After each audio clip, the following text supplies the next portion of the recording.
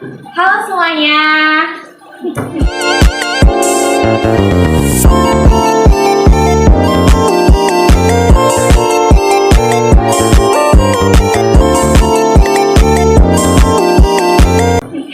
Saat ini aku lagi sama wanita yang Masya Allah luar biasa hebatnya. Di umur yang belum mencapai 20, tapi beliau sudah melakukan banyak kegiatan positif. Halo Kak Ivi, gimana kabarnya? Alhamdulillah baik. Ipa sendiri gimana? Alhamdulillah aku juga baik. Oke Kak Ivi, BTW aku mau nanya nih, sebetulnya apa aja sih kegiatan atau pekerjaan yang saat ini Kak Ivi lakukan? Yang pertama, saya sedang bekerja di salah satu instansi pendidikan, yaitu Sekolah Menengah Pertama di swasta di Kecamatan Libu. Saya menjabat sebagai staf tata usaha. Lalu selain staf tata usaha juga, saya sebagai pembina pramuka atau pengajar pramuka. Lalu di luar sekolah, saya juga menjadi guru les private anak-anak SD. Dan saat itu juga di samping pekerjaan saya juga merintis beberapa komunitas, diantaranya komunitas yang sedang saya tekuni yaitu TBM Lestari Bacaku. Sebelumnya apa sih itu TBM? Oke, TBM itu artinya Taman Baca Masyarakat. Artinya taman baca atau taman literasi yang kita bangun atau kita dirikan untuk anak-anak desa, khususnya desa tempat kita tinggal, dan umumnya untuk masyarakat umum juga. Dan beberapa di antara kegiatannya itu banyak, ada acara literasi kayak membaca, itu kan wajib literasi. Lalu kita ada fun games atau kita bermain tetapi sambil belajar. Kayak gitu sih kegiatannya, biasanya di hari Minggu atau Sabtu sore. Berarti luar biasa ya kegiatannya. Oke. Lalu selain itu juga saya sedang merintis salah satu komunitas juga di bidang sosial dan pendidikan, yaitu saya merintis bersama rekan yang di Bandung, tapi itu masih tahap dalam diskusi dan pembicaraan seperti itu. Wah, luar biasa sekali ya pekerjaan dan kegiatan-kegiatannya itu sangat bermanfaat bagi masyarakat sekitar. Menurut saya tuh kayak kegiatan-kegiatan yang Kak Ivi lakukan dan termasuk pekerjaannya itu sangat bersangkut paut di bidang pendidikan dan sosial ya. Iya. Jadi sangat membantu untuk membangun negeri menurut aku.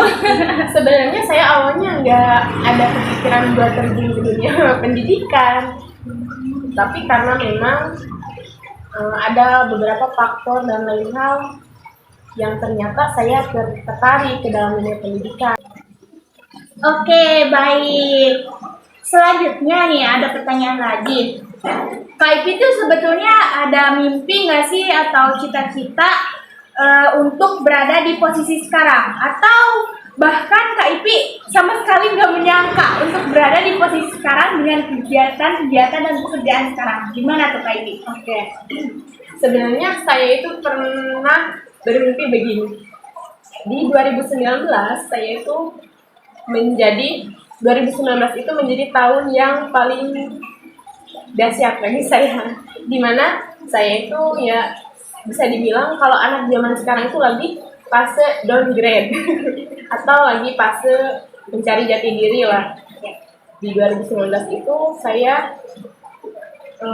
asal berbicara, saya itu pengen, ya Allah saya pengen jadi orang yang sibuk, pengen hari-hari saya itu banyak kegiatan sehingga nggak ada waktu luang buat saya sedih gitu lah.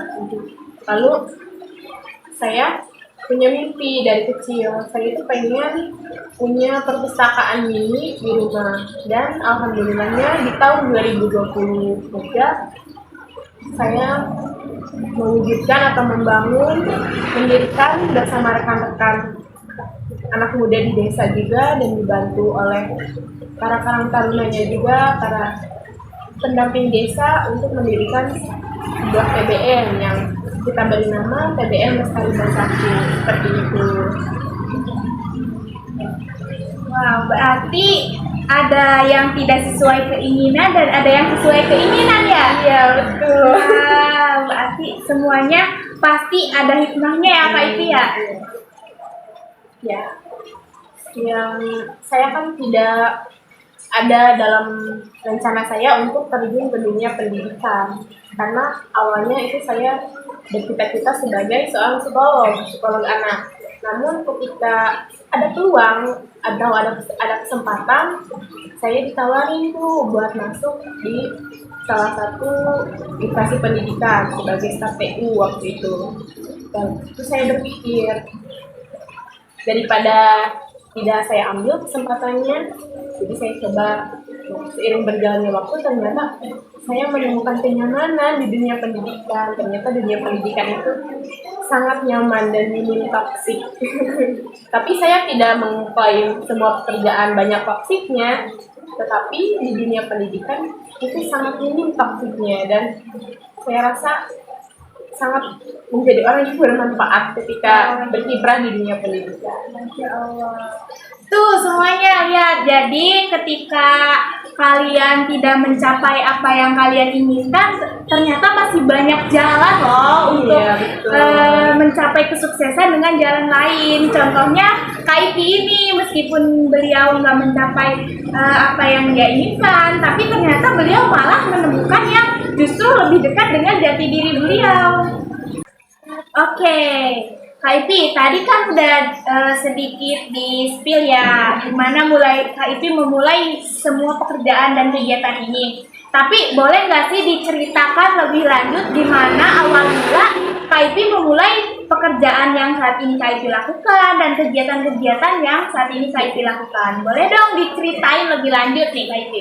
Sebenarnya awal mula saya bekerja itu termasuk random ya, karena waktu itu saya sedang menghadiri reuni bareng teman-teman MTS saya, lalu kebetulan di situ juga dihadiri sama guru-guru. Lalu saya iseng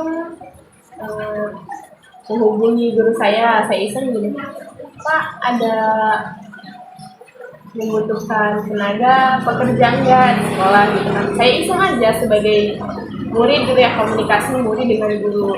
Lalu ternyata di luar ekspektasi saya, guru saya menjawab baik, respon baik, katanya ya datang aja ke sekolah, katanya gitu, kita ngobrol. Lalu setelah ngobrol, dan ternyata beliau menawarkan saya posisi sebagai staf TU di sekolah.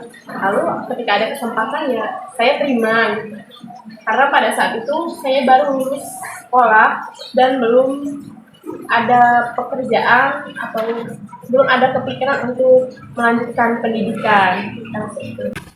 Setelah berjalannya waktu, kebetulan pada saat itu mendekati perkemahan, yang dimana perkemahan itu diadakan oleh kecamatan setempat.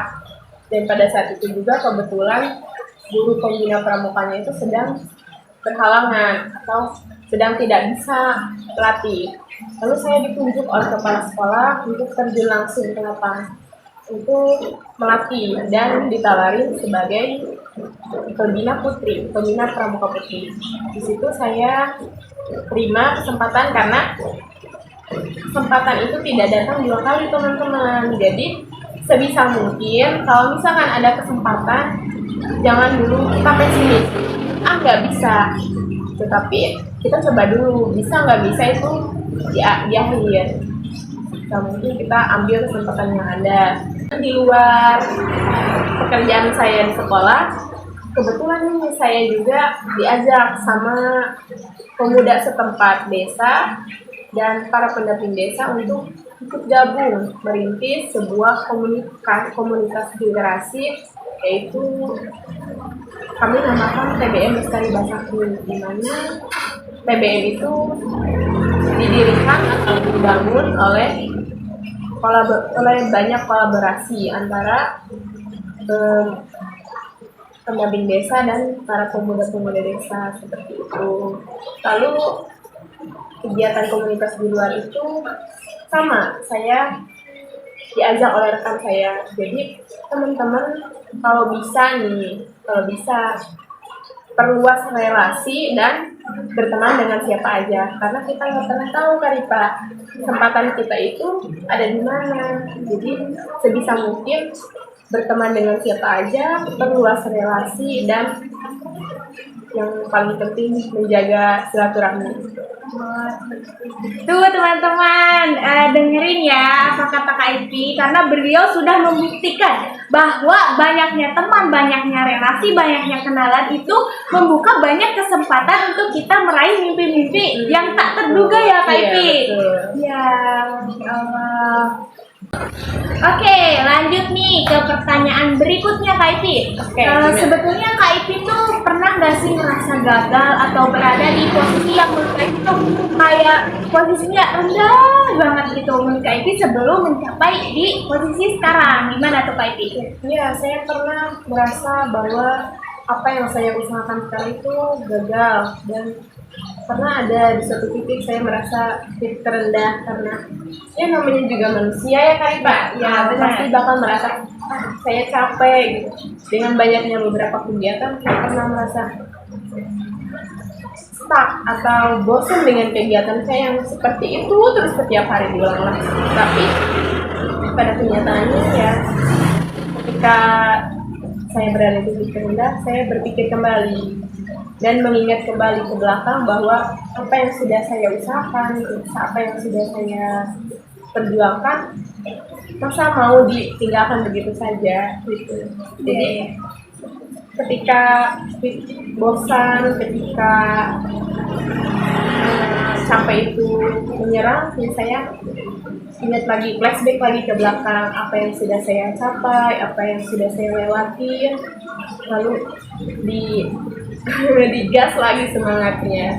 Jadi kalau misalkan kalian ngerasa capek, ngerasa bingung atau ngerasa bosan dengan apa yang kalian lakukan saat ini, kalian harus ingat perjuangan kalian untuk mencapai posisi sekarang itu nggak mudah. Seperti itu ya intinya Kak Ipi. Ya, jadi jangan mudah menyerah, apalagi kita jiwa muda harus lebih semangat gak sih? Seperti kata-katanya Soekarno, beri aku 1.000 orang tua maka aku akan meratakan gunung Semeru, tapi beri aku 10 pemuda maka akan aku hancurkan dunia. Jadi kalau menurut Soekarno tuh jiwa muda tuh sangat berarti untuk mengubah dunia, begitu nggak sih Kak Ipi? Betul, karena nasib bangsa kita itu tergantung anak mudanya. Jadi kita sebagai anak muda, sebagai Gen Z harus mengupas semangat kita, harus terus gas semangat kita buat mencapai suatu perubahan. Karena kalau kita mau bangsa ini lebih maju, kita ubah dulu pola pikir kita mau seperti apa untuk bangsa ini. Tuh, itu membuktikan bahwa kita sebagai jiwa muda itu harus lebih produktif guys. Jangan malas-malasan ya Kak Ipi. Iya betul, buat kalian yang kaum rebahan, ayo bangun, wujudkan impian kalian. Bermimpi boleh, tetapi jangan hanya rebahan. Ya, berarti mimpi di sini bukan mimpi tidur ya Kak Ipi. Kalau misalkan kita punya mimpi tapi dalam hanya tidur, ya udah hanya sebatas mimpi. Dongeng dong. Iya, dongeng aja ya, cerita aja, nggak jadi kenyataan. Makanya kalau kalian punya mimpi jangan sambil tidur, Iya. sambil jalan kan? Sambil jalan. Boleh deh, Ada boleh. pergerakan. Iya, sedikit-sedikit ya, Kak Ipi boleh. Kayak nggak harus kita mencapai langsung ke yang tinggi, Iya. dari yang Bertahap rendah. dulu. Ya, gitu. Oke. Selanjutnya nih Kak Ipi, yang terakhir, boleh dong kasih tips buat anak muda di luar sana, termasuk aku, buat lebih produktif lagi gitu, memulai sesuatu kegiatan yang positif. Gimana tuh Kak Ipi? Tips dari aku apa ya? Ya mungkin sama kayak anak-anak muda yang lainnya. Ini yaitu kalau misalkan kita punya mimpi, kita jangan hanya bermimpi saja, jangan hanya mimpi itu disimpan di kepala lalu tidak kita wujudkan. tips dari saya nih, saya itu selalu diajarkan sama orang tua, kalau misalkan kamu punya mimpi, kamu tulis mimpi kamu di kertas, terus kamu tempel di kaca lemari kamu di kamar tuh, atau misalkan di dinding kamar. Jadi ketika kamu bangun tidur atau ketika kamu mau tidur, hal pertama yang kamu lihat itu apa? Yaitu mimpi kamu. Jadi ketika kita bangun, kita lihat catatan itu, oh kita punya mimpi ini yang harus diwujudkan. Jadi sebelum kita tidur, kita juga bisa mengevaluasi sudah sampai di titik mana mimpi kita itu dicapai, gitu. Seperti itu kan Pak. Itu sedikit tips dari saya buat kalian yang mungkin kita kan suka kumaha engke ya, kalau bahasa Sundanya mah kumaha engke lelah gitu. Tapi kan ketika mimpi itu diabaikan atau hanya disimpan di kepala, hanya disimpan di pikiran, itu tidak akan bisa terrealisasi. Benar nggak Kak Rifa? Ya, benar sekali, benar Kak Ipi. Jadi harus ada pergerakan atau sinkronisasi antara pikiran, mindset, dan pergerakan juga action gitu. Jadi pada intinya yang tadi yang dari bahasa Sunda itu jangan berpikir bahwa gimana nanti, tapi kita harus berpikir nanti gimana ya Kak Ipi? Kita mau dibawa kemana? Ya, Seperti gitu. itu. Oke, selain itu ada tips tambahan terakhir nggak Kak Ipi nih? Oke, ini buat kalian yang misalkan mimpinya atau cita-citanya belum tercapai atau misalkan terlambat untuk tercapai, atau mungkin mimpi kalian tidak bisa tercapai, kalian jangan khawatir karena masih ada banyak jalan menuju Roma ya, atau misalkan ada banyak jalan untuk impian-impian yang lain kita capai. Jadi jangan stuck di satu mimpi, tetapi bermimpilah sebanyak-banyaknya. Siapa tahu di antaranya ada yang bisa kita capai seperti itu. Semangat anak muda. Tuh guys, jadi untuk kalian tolong ya kita mulai dari awal, kita mulai dari yang paling mudah yang kalian bisa produktif di usia muda itu sangat baik ya Kak Ipi. Sangat baik. Ya, jadi kalian harus semangat guys, jangan pernah menyerah, apalagi kalau misalkan usia kalian tuh masih di usia yang produktifnya, jangan hanya rebahan scroll sosmed karena itu akan merugikan diri kita sendiri ya Kak Ipip. Ya mungkin itu saja ya dari kita berdua, sampai jumpa di lain kesempatan. Bye semuanya.